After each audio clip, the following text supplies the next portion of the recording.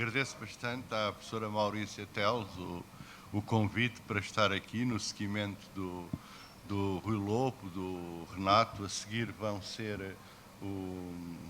ser o Luís Santos, aqui presente, o Paulo Borges, penso que é a totalidade. Não? Significa um pequeno ciclo para resgatar a memória, e é sempre preciso fazer isso àqueles que infelizmente morreram. É preciso sempre estar a avivar a memória, não é? Como diz um provérbio indiano, portanto, Deus está sempre presente, mas é preciso lembrar que Ele está presente. Isto é, se não lembrarmos Deus que Agostinho da Silva está presente, então ele pode, infelizmente, cair em algum esquecimento. Bem, Agostinho da Silva e a cultura portuguesa, a importância de Agostinho da Silva e a cultura portuguesa dá-se mais a partir da década de 50, não é? Ele nasceu em 1906, teve um conjunto de vivências que agora não vou recordar, e nessas vivências, que foi a integração e a participação na escola moderna, foi a participação na Seara Nova, foi a difusão de aspectos imensos da cultura mundial através de pequenos cadernos. Tudo isso foi muito importante, sem dúvida, mas ele não foi singular aí. Outros fizeram o mesmo, a Editorial Inquérito fez, o Eduardo Salgueiro fez, o Bento Suscaraça fez, essa difusão também. Outros participaram na Escola Moderna, até mais importantes que o Agostinho da Silva, diga-se passagem. Outros participaram na Seara Nova e outros também escreveram alguns, fizeram traduções do latim e do grego, como ele fez. Ele era doutorado em clássicas, e é a partir da ida para o Brasil, por motivos que agora não vamos abordar, eu penso que foi abordado já na palestra do Rui Lopo, foi a partir da ida para o Brasil e do convívio com a cultura, os remanescentes da cultura portuguesa que ele perspectivava no Brasil, que ele começa a ser importante. E saem 2 livros, ele escreveu 2 livros, saem em 58 e 59, no Brasil, e saem cá em 59, 60 ou 60, 61, agora não me lembro, que é a Reflexão à Margem da Literatura Portuguesa, e um Fernando Pessoa. Nesses 2 livros, então sim, ele é importante para a cultura portuguesa. Aí ele marca ou manifesta, de facto, uma singularidade, não é? Isto é, uma interpretação nova, diferente da mesma tradição cultural. Em 58, 59, e qual é essa tradição? Uma tradição providencialista, ou seja, que Portugal é um providencialista, de certo modo messiânica, mas pode ser, pode não ser messiânica, já vamos ver, no sentido em que existe um destino, uma finalidade, um objetivo para a existência, último, para a existência de Portugal. Já vamos ver qual é esse destino. Essa teoria não é nova, portanto, vem desde a Idade Média, evidentemente, mas o último grande pensador dessa teoria tinha sido, estamos em 1958, tinha sido Fernando Pessoa, em 35, com a edição da Mensagem. Não conhecíamos ainda todos aqueles inéditos dele que foram publicados o ano passado, com o livro Fernando Pessoa, o Sebastianismo e o Quinto Império. O livro também sobre Portugal é editado pelo Joel Serrão, é de 79, salvo erro. Portanto, não se conhecia nada disso, só se conhecia a mensagem de facto.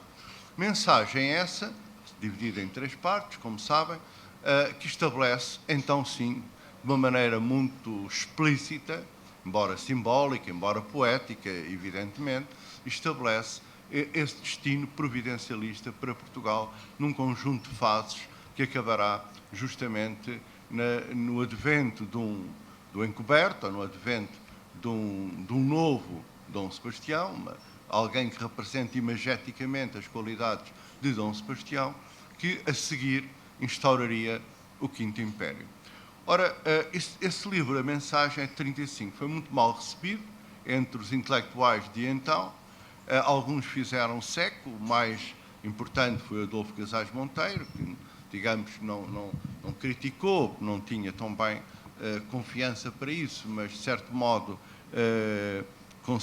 a considerou ter sido uma má escolha de Fernando Pessoa que o seu primeiro e único livro publicado em português fosse a mensagem. Portanto, Adolfo Casais Monteiro tinha uma interpretação modernista da cultura, fortemente modernista, fazia parte então do movimento da presença, etc, etc. Não vamos entrar no Adolfo Casais Monteiro. De facto, a mensagem estamos em 35 e é aproveitada, podemos dizer assim, a palavra penso que é correta, é aproveitada pelo Estado Novo, a partir de 37, 38, logo, 37 ou 38, nos livros da escolaridade básica, portanto, o ensino básico, aparece, sobretudo, a segunda parte da mensagem, que é o marco português. Nós todos já ouvimos de certeza, por vários declamadores, o mais conhecido dos quais é o Vilaré. Ora, há o Fernando Pessoa, que entretanto tinha morrido, e a palavra é essa mesmo, foi oportunisticamente aproveitado, os seus poemas de caráter patriótico, mas não patrioteiro, foi aproveitado de uma maneira abusiva pelo Estado Novo para estruturar uma ideologia de caráter imperial. E, como todos nós sabemos, logo em 40 aparece a exposição do mundo português, onde os poemas, a mensagem, partes da mensagem, não sei quais foram bastante recitadas. Ora, então, esta ideologia de caráter providencialista, com uma filosofia por trás, está, de certo modo, ligada ao salazarismo, nesta altura. Mas a ideia, o poema A Mensagem, ou o livro A Mensagem, nada tem a ver com o salazarismo. Portanto, Pessoa, de certo modo, apoiou o princípio Salazar, depois vai criticá-lo, até satirizá-lo de uma maneira muito verrinosa. E nada tem a ver, Fernando Pessoa, com Salazar. Do ponto de vista, o Fernando Pessoa seria, no máximo, um conservador liberal de tipo inglês, para dar uma imagem imediata, para além de se apresentar, como sabem, como um racionalista místico, um sebastianista nacionalista, etc, etc. Ora, era preciso separar o discurso ideológico, não filosófico, ideológico e até religioso do Estado Novo de Fernando Pessoa. E isso vai ser feito por Agostinho da Silva com um Fernando Pessoa, que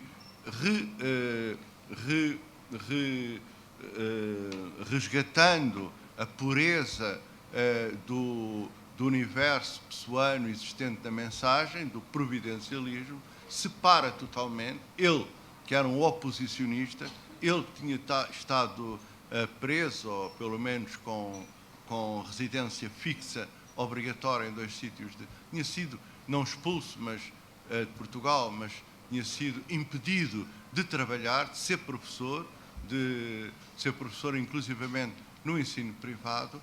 Ele não podia ser acusado de conivência com o salazarismo, ele pega nesse poema e resgata-o, ou seja, dá-lhe aquilo que, para Agostinho da Silva, hoje é muito discutido, como sabem, as teses da mensagem, agora não podemos entrar por aqui, por isso, mas há um conjunto de teses sobre a mensagem, que agora algumas delas dizem mesmo que não é épico, não é heróico, não é providencialista, que a pessoa estava a fingir tudo, mas agora não vamos ver. Para Agostinho da Silva não era um fingimento, era uma convicção, e uma convicção profundamente real de Fernando Pessoa e dele também. Então, Agostinho da Silva, no Brasil, vai resgatar esta visão providencialista de Portugal. Uma visão fundada numa história teleológica, uma história mítica, uma história mítica, uma história de caráter religioso, onde a mão de Deus se encontra sempre e a todo momento por trás dos portugueses, seja para os recompensar, com, por exemplo, os descobrimentos, com, por exemplo, a Nossa Senhora de Fátima a aparecer aqui, seja para os castigar, por exemplo, a decadência, o atraso económico, etc, etc. Ora, e Agostinho da Silva é assim, no meio, ao longo do Estado Novo, portanto, os 40, 50 anos ao longo do Estado Novo, torna-se, até praticamente aparecer no princípio da década de 70, os primeiros livros da Lila Pereira da Costa, é o grande pensador providencialista português. E isso é tão mal recebido no Brasil quanto é mal recebido em Portugal. É, digamos assim, com uma reflexão à margem da literatura portuguesa, que Fernando Pessoa, que depois, a partir de 60, ele passa a participar em diversas revistas em Portugal, enviando artigos para cá, uma série deles sobre o Quinto Império, sobre uma teoria do Brasil, e imensos, onde confirma ou reafirma essa visão de que Deus fez os portugueses para um destino especial, que, como sabem, depois retomará fortemente a seguir ao 25 de Abril. E se antes do 25 de Abril não era compreendido, não era de facto compreendido, ele é um dos grandes solitários da cultura portuguesa do século XX, ele, embora tivesse estado com muita gente, o seu pensamento é um pensamento muito isolado, muito singular, não direi que é uma mónada, seria um exagero, mas quase. Ele, até ao 25 de Abril, vai ser um homem solitário, defendendo com alguns acompanhantes, indubitavelmente. A solidão não significa estar absolutamente isolado, significa ter algumas pontes, mas poucas, não é? Uma das pontes é, por exemplo, o professor Fernando Cristóvão, que ainda está vivo. Ora, e dizia eu, a seguir, tanto foi um solitário antes do 25 de Abril, quanto um solitário depois do 25 de Abril. E isso até, inclusivamente, com a sua posição não era anti-europeísta, era anti-supervalorização da Europa, que se fez a seguir em 1980. Portanto, Portugal pertence à Europa, evidentemente, e nós valorizamos quase como se esperássemos que a Europa fosse ou se identificasse com o Dom Sebastião que nos vinha salvar. Era essa crítica fortíssima sobre a Europa. Portanto, antes do 25 de Abril, estava a favor da independência das colónias, ou uma grande autonomia no mínimo, era difícil falar sobre a independência das colónias, havia a guerra e, portanto, corria-se o risco de imediatamente ser preso, mas pelo menos defendendo uma autonomia das colónias e uma grande federação.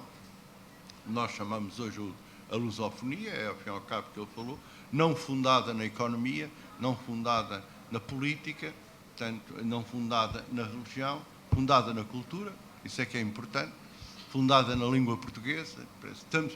O que nós estamos a dizer hoje é justamente aquilo que ele vinha a dizer desde a década de 60, não é? Nós hoje chamamos lusofonia ele falava na comunidade dos povos de língua portuguesa, penso que nunca utilizou essa palavra lusofonia antes do 25 de Abril. Ora, até o aparecimento dos livros de Dalila Pereira da Costa e depois imensos livros, é espetacular. Nós perdemos o Império e os providencialistas nasceram como cogumelos, como diria um filósofo alemão, nasceram autenticamente como cogumelos. Até então, praticamente, era o Agostinho da Silva. Depois, numa visão muito singular também, né? Estes filósofos são sempre muito singulares, era a Dalila Pereira da Costa. Um ou outro texto que podia aparecer, e apareciam vários textos, mas não uma filosofia estruturada, digamos assim, um pensamento estruturado, como há sempre místicos também, mas não pensamentos místicos estruturados. Portanto, até ao 25 de Abril são praticamente estes dois. Portanto, claro que se me disserem, até a Natália Correia, sim, também, mas estou a dizer em filosofia estruturada. A poesia da Natália Correia obedecia a coordenadas muito semelhantes, joaquimitas, muito semelhantes aos do Agostinho da Silva.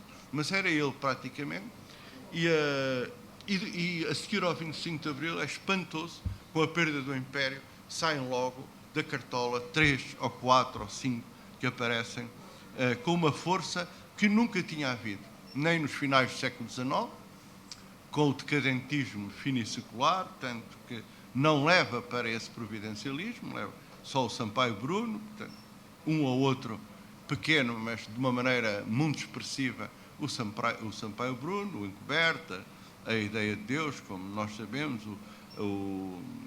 os Cavaleiros do Amor, publicado postumamente, mas que ele andava a fazer a recolha.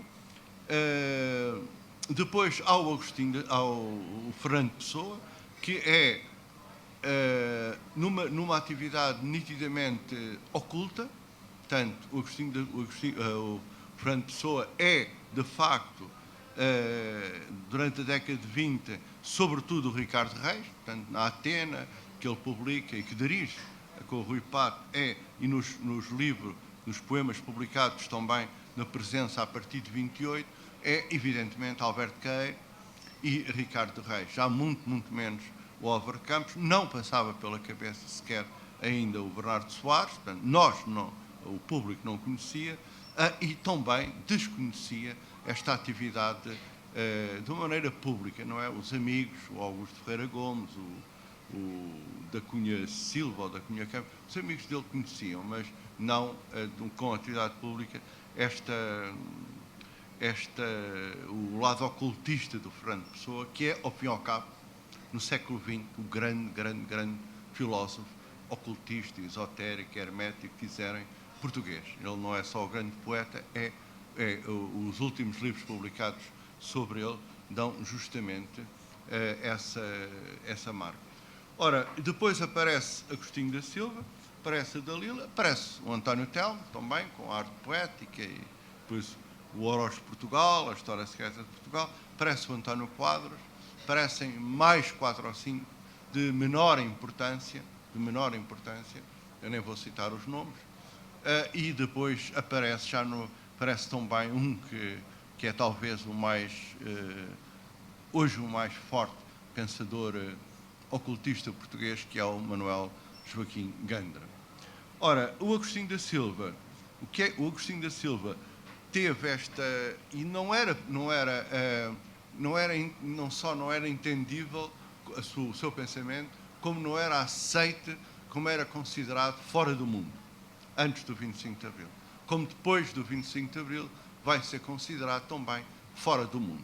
E aquelas entrevistas que ele deu à televisão, da Conversas Vadias, provam, e a recepção provam justamente isso. É uma espécie de homem aluado, uma espécie de poeta, um homem com uma visão lírica do bom selvagem, e que não se podia, um anti-europeísta, no sentido que a Europa, no sentido que Portugal estava totalmente alienado face àquilo que pensava ser a Europa. Hoje percebemos já isso. A Europa é, como entidade política, uma entidade política como outra qualquer, como é que se diz? Desenvolve-se por interesses e não por amizades e amores. Ora, neste sentido, Agostinho da Silva é, para a segunda metade do século XX, do ponto de vista de uma filosofia providencialista, é aquilo que Fernando Pessoa foi para a primeira metade do século XX. Se algum de vocês se indignar e disser não é o Agostinho da Silva, é a Dalila, ok, portanto, é a Dalila para o Norte, é o Agostinho da Silva para Lisboa, e temos o caso resolvido. Claro, Dalila tem uma visão mais vai mais longe que o próprio Agostinho da Silva no aspecto arqueológico, ou seja, dos fundos da cultura portuguesa, indo até à civilização megalítica, portanto, anterior, inclusivamente, aos celtas, ou esse povo líquor, tem vários nomes, não interessa, um povo de caráter megalítico que existiu aqui desde a Tunísia até à Irlanda, e que deixou uma cultura baseada na pedra, nos menhirs e num conjunto de símbolos sagrados que para a Dalila constitui de facto a verdadeira nossa grande pátria, e aquilo de que temos saudade, e aquela forma de pensamento que une Ocidente e Oriente, e que a religião católica, sobretudo a católica, é a expressão máxima através da adoração de Nossa Senhora e dos santos. Ora, Agostinho da Silva foi então sempre portanto, na cultura portuguesa do século XX, ele, na segunda metade, tem é a grande alternativa do ponto de vista tanto erudito quanto popular. É importante, não é? Porque Dalila Pereira da Costa nunca chegou a ser uma senhora popular, era só conhecida por 20, 30, 40 pessoas que o liam, e alguns mais, mas sobretudo 20, 30, 40, está para a segunda metade como Fernando Pessoa estava para a primeira, no campo da filosofia. Portanto, tem a ver com a poesia, ele tem poemas, quadras populares, etc., mas não se acompanha disso. Ora, para ele, Portugal é um povo eleito, ou melhor dito, os portugueses são um povo eleito, são o segundo povo eleito, o primeiro é o povo judaico, como nós sabemos, e Portugal é um país templário que foi pensado, arquitetado pelos templários segundo expressões de caráter divino ou de caráter sagrado, para promover na terra a união entre todos os povos e levar a uma sociedade de abastança, uma sociedade de justiça plena, uma sociedade de amor total. Eu trouxe aqui, marquei aqui um texto pequenino para ler, que é de 43 ou de 44, é sobre da doutrina cristã, mas anterior até ele partir para o Brasil, mas reflete já a sua teoria. Mais tarde vai fundamentar com a Terceira Idade do Mundo, o Quinto Império, etc. Diz ele, eu vou ler: no reino de Deus na terra, não é no céu, não haverá problemas económicos. Todos hão de ser como as flores, não fiam nem tecem e andam com os vestuários mais belos do que os de Salomão, ou como as aves ligeiras que sempre encontram alimento e lugar para um ninho. Portanto, refere-se a coisa de Cristo, o Sermão da Montanha. No reino que se abrirá a todos, sem distinção de nações, de raças, de classes, de castas, não haverá violências, mesmo as de defesa, nem juramentos, nem posse de bens materiais, nem o homem terá de ser previdente no contínuo temor da velhice. Previdente aqui é poupado, não é? Poupar, porque vem a velhice, vem uma doença. Nem o homem terá de ser previdente no contínuo temor da velhice, da doença, da morte. No reino, ninguém terá que trabalhar. O que significa certamente que ninguém terá de sujeitar a tarefas que vão contra as suas tendências íntimas, ou abatam a saúde, ou são hoje puras formas de escravatura. No reino de Deus na terra, se poderá ter o desprezo pelo dinheiro, dado que exista. Se existir dinheiro, o grande desprezo é pelo dinheiro. No reino de Deus da terra, não haverá a menor ideia de organização familiar. Não haverá família no reino de Deus da terra. Que Jesus liga decididamente a um certo estado de evolução económica e moral. Reparem, não haverá família, não haverá trabalho. No reino de Deus da terra não haverá Estado. No Estado. Vejam bem, os 5.000 homens e mulheres que vivem à conta do Estado em Portugal a fazer impostos, onde é que iam parar? Não haverá Estado com príncipes que oprimam os cidadãos. Antes, cada um será voluntariamente, por amor e interesse do Espírito, o servidor dos outros. No reino de Deus na terra não haverá processos, nem tribunais, nem juízos. No reino não haverá senão bondade, amor, fervor espiritual, contemplação das ideias, profunda, segura, inabalável felicidade. Como se chama? Isto foi escrito, portanto, há uma linha de continuidade no seu pensamento todo, não é?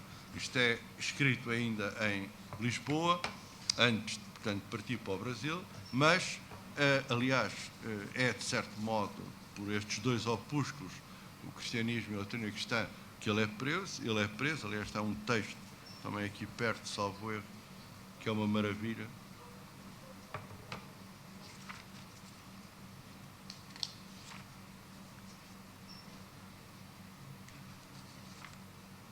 Não estou a ver. Em que ele diz claramente que o que é uma igreja? É uma escola, é um templo, um templo também, é uma oficina, é uma biblioteca, aí está a igreja, aí está Deus. Isto foi profundamente revolucionário para a década de 40, com o máximo de esplendor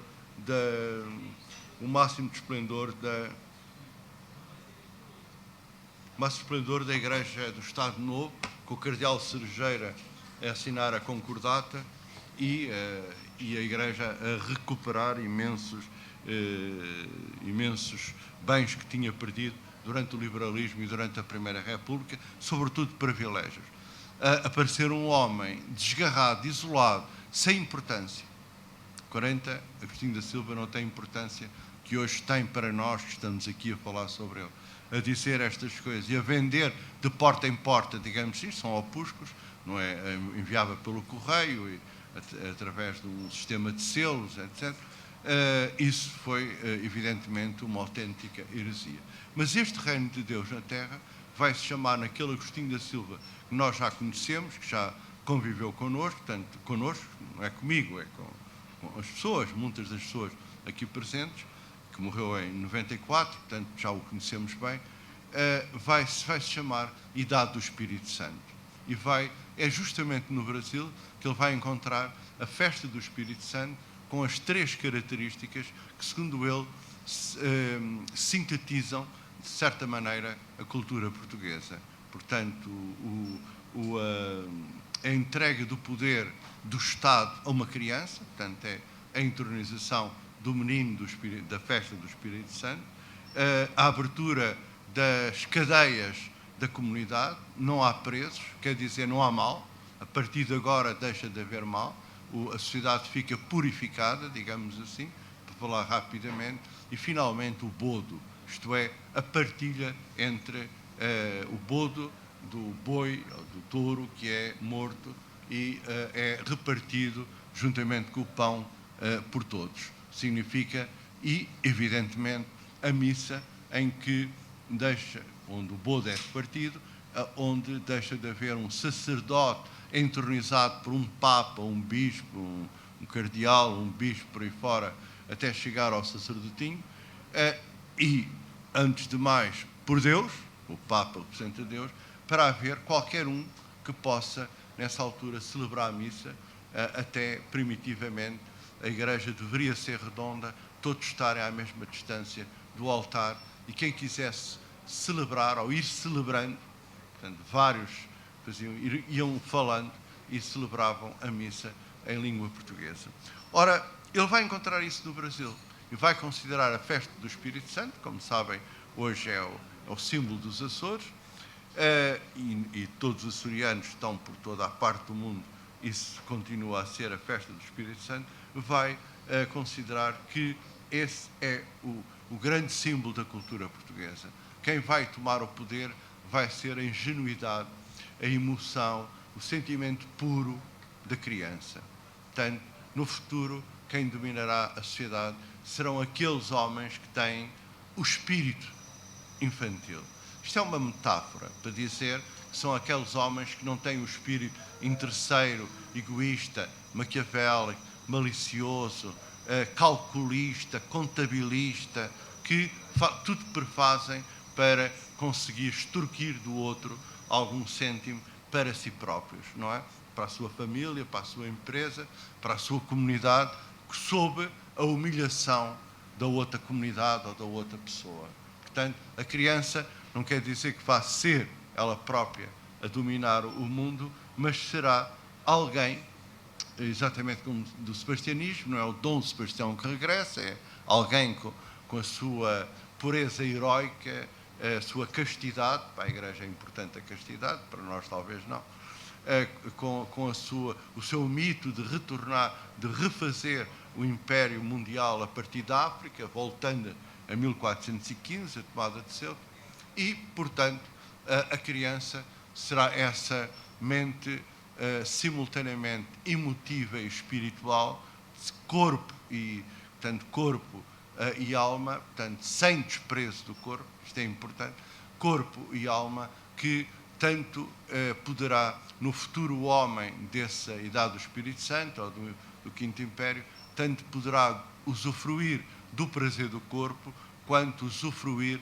dos deleites do espírito, como a filosofia, a música, a pintura, a leitura de romances, poesia, etc, etc.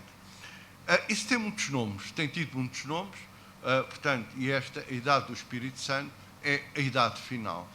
Agora, não vale a pena estar aqui a contar a história da origem dessa idade do Espírito Santo a partir de Joaquim de Fiore, portanto, da idade do Pai, a idade do Filho e, finalmente, a idade do Espírito Santo. Portugal seria uma espécie de operador dessa idade do Espírito Santo. Ou, também, numa outra tradição, operador do Quinto Império, não é? Quinto Império, como sabem, Fernando Pessoa acreditou piamente, e declarou em entrevistas públicas ao Diário de Lisboa, portanto não foi qualquer coisa de secreto que ele escrevia no café e guardava para si, não, ele declarou-se no Diário de Lisboa e a outras entrevistas, e a Casais Monteiro também declarou perfeitamente a crença do Quinto Império. Disse que Portugal seria o motor do Quinto Império, que não sabia quando, seria na hora, vale até prata,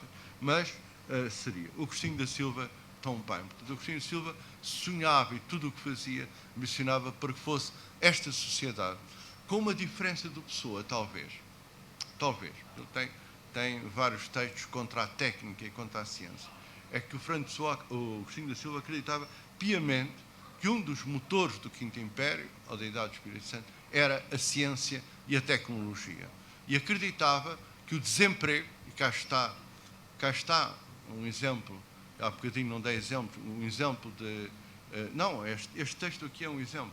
E agora, cá está o exemplo do grande solitário, aquele que está falando, não como profeta, mas está falando como cidadão. De qualquer maneira, não é entendível imediatamente, porque a onda é outra, a onda da moda, digamos assim, da comunicação social, as televisões, etc., fazem-nos pensar de outra maneira, de que ele aceitava e louvava o desemprego.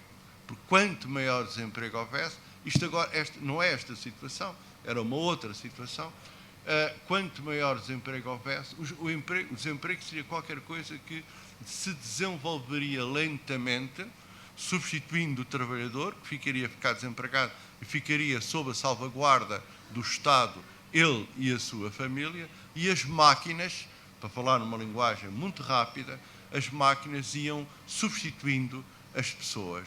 E como o trabalho era para ele uma forma de escravidão, como ele dizia, o trabalho era um instrumento de prisão dos escravos, uma espécie de corrente que tinha uns picos que enterravam no pescoço quando a pessoa fazia qualquer movimento brusco, como o de fugir.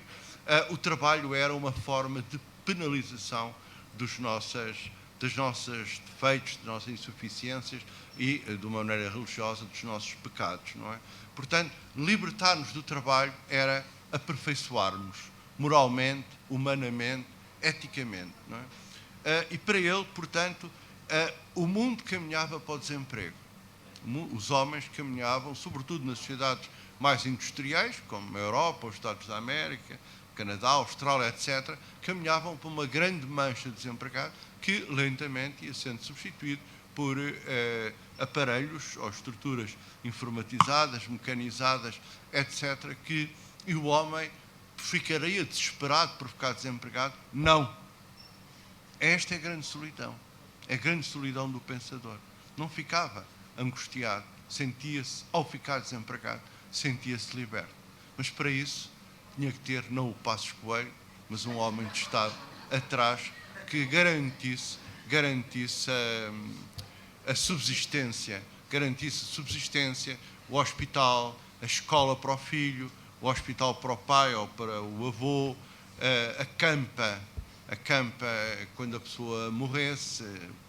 Qualquer dia os cemitérios são privados e, portanto, se não há dinheiro para pagar, vai-se parar à vala comum novamente, como já até o século XIX, não, até 1910 isso aconteceu.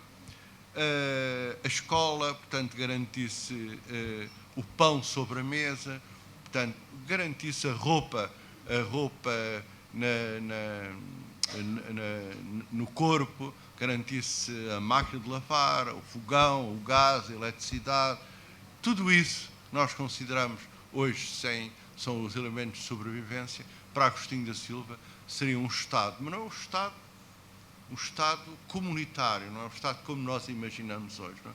É o Estado comunitário de partilha, onde não havia casamentos, reparem bem, não havia famílias.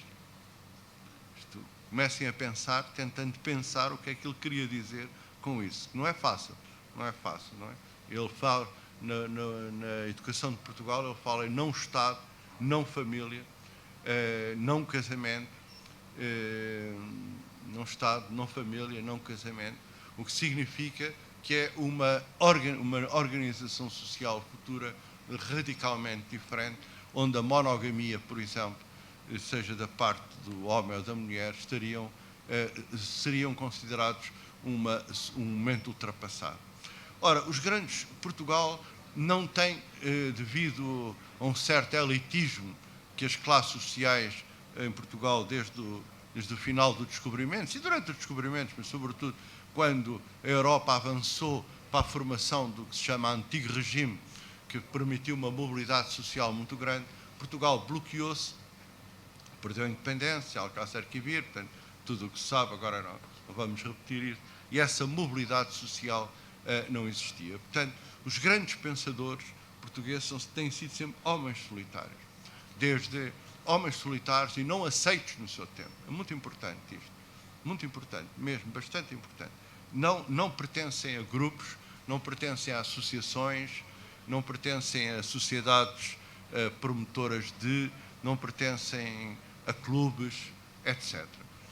Desde Sá de Miranda, que se isolou quando regressou de Itália e percebeu que o reino, Dom João III, era um Passos Coelho nem muito diferente, ou um Cavaco nem muito diferente, nem tudo o que fez, então, comparado com o que estes estão fazendo hoje, desde o Sócrates, ou talvez até um pouco mais para trás, ele afastou-se e foi viver para Cabeceiras de Basto. Imagine-se, em 1528, ir viver para Cabeceiras de Basto, ele que era professor de Direito, portanto, ora em Coimbra, ora em Lisboa, que a universidade estava a mudar, e lá fica 30 anos, casa-se, chamaríamos uma pequena corte na aldeia, e lá fica 30 anos a viver, desde o Sá de Miranda até ao Jorge de Sena, até ao José Régio, até ao Herbert Welder e outros, não é? Não quero falar de vivos, portanto, são grandes solitários que as pessoas, por vezes, que falam, que escrevem, que pintam, que compõem música, que as pessoas, por vezes, admiram, sentem-se atraídos pela sua elevação e pela sua até solidão e pela sua ousadia de pintura, de música, de pensamento, mas não são aceitos. Não são seguidos. São muito pouco lidos, atenção. Muito pouco lidos. Qualquer destes que eu falei, comparado com o Miguel Sousa Tavares, é um chinelo no pé, só para falar dos escritores, não é? Ora, e sobretudo, por vezes são admirados pela sua diferença, é verdade, são admirados. Sá de Miranda teve logo um culto enorme, não é? Portanto, o Bernardino Ribeiro, que nem sabemos bem como, mas teve logo um culto enorme, teve não sei quantas, menino e moça, teve logo 3 edições seguidas, uma delas até com um final acrescentado por algum eburense, nem sabemos quem é. Camões também, imensamente admirado, não morreu pobre, sem dúvida, mas imensamente admirado, até por aqueles que lhe roubavam ou que o imitavam, ainda ele em vivo, o seu lirismo, mas não são aceitos. Mas a geração seguinte trata de recompor os aspectos culturais e são recuperados na geração seguinte.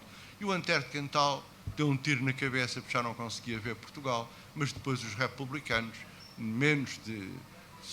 matou-se em 91, portanto, 20 anos depois, já o punham em todas as seletas e fizeram uma edição dos sonetos, uma edição especial dos sonetos para aí fora. O Camilo Peçanha, que chamavam-lhe o bêbado, o opioma, etc., quando ele vinha cá a Portugal, tinha 3 ou 4 admiradores, os Osório de Castro, ou Castro Osório, naquela altura era Castro Osório, o Pessoa, sem dúvida, o Sá Carneiro, mais 3 ou 4, morre em Macau e deixou 60 poemas, que é a primeira edição. 60 poemas, não, 30 e tal poemas em 60 páginas, isto aqui, e em 1920, portanto foi a edição da Clepsidra, morreu em 26 ou 27, dois anos depois, já uma edição reaumentada com o dobro das páginas. Toda a gente andou à procura de poemas que ele deixou por este jornal, aquele jornal, aquele jornal. A maior parte dos jornais de província nem sabia que existiam, até dizer, nós também temos um poema do Camilo Peçanha. E tem sido sempre assim, eu não quero falar de vivos, falei do Herbert Welder, ninguém nunca aparece, portanto, mesmo que ele estivesse aqui presente, ninguém o conhecia, ou quase ninguém o conhecia, mas não vamos falar de outros que são recuperados. E a solidão faz parte, a solidão no sentido solitário, não de viver sozinho, faz parte do drama do intelectual português. Faz parte, que na maior parte das vezes ou se exila voluntariamente ou é empurrado para o estrangeiro, ou vive em Portugal, mas em silêncio, com pouca participação. Quando fala muito, habitualmente é porque começa a estar muito de acordo com o estado das coisas, com a configuração social. Não quer dizer com o Estado do Presidente da República, que é o caso de alguns pensadores hoje, que isso acontece. Portanto, Agostinho da Silva morreu com o sonho de querer um quinto império, não só para Portugal, mas para o mundo, mas sobretudo para Portugal.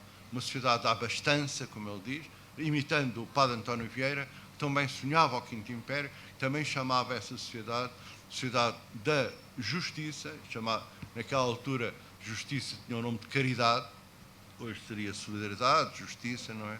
Sociedade do amor cristão, ele era padre, portanto, hoje diríamos da igualdade, o amor no sentido da igualdade, e da prosperidade, que ele chamava, o padre António Vieira, abastança. Exatamente como o Agostinho da Silva também chama a sociedade da abastança. Será muito diferente essa sociedade daquela que Saramago sonhou com o nome de comunismo? Não é. As sociedades são iguais, não há sociedades, não há classes sociais, não há exploradores e explorados, todos são iguais, todos têm relativamente o mesmo, todos seguem a sua íntima vocação. Se querem ser músicos, ser-lo-ão, se querem ser pedreiros, ser-lo-ão, se querem ser marinheiros, ser-lo-ão. A sociedade comunista ou do Quinto Império ou da Idade do Espírito Santo, há uma diferença muito grande. É evidente que é a questão da fé, da religião, que para Agostinho da Silva teria de haver,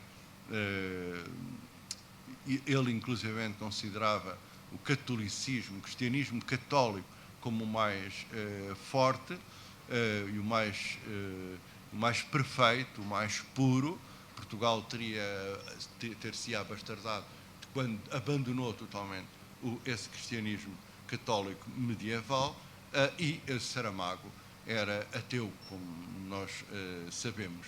Mas ambos viveram com a esperança que como diz o Saramago, o Memorial do Convento, pudesse existir um mundo onde cada homem fosse rei e cada mulher também rainha. Portanto, muito obrigado, sim. Obrigado.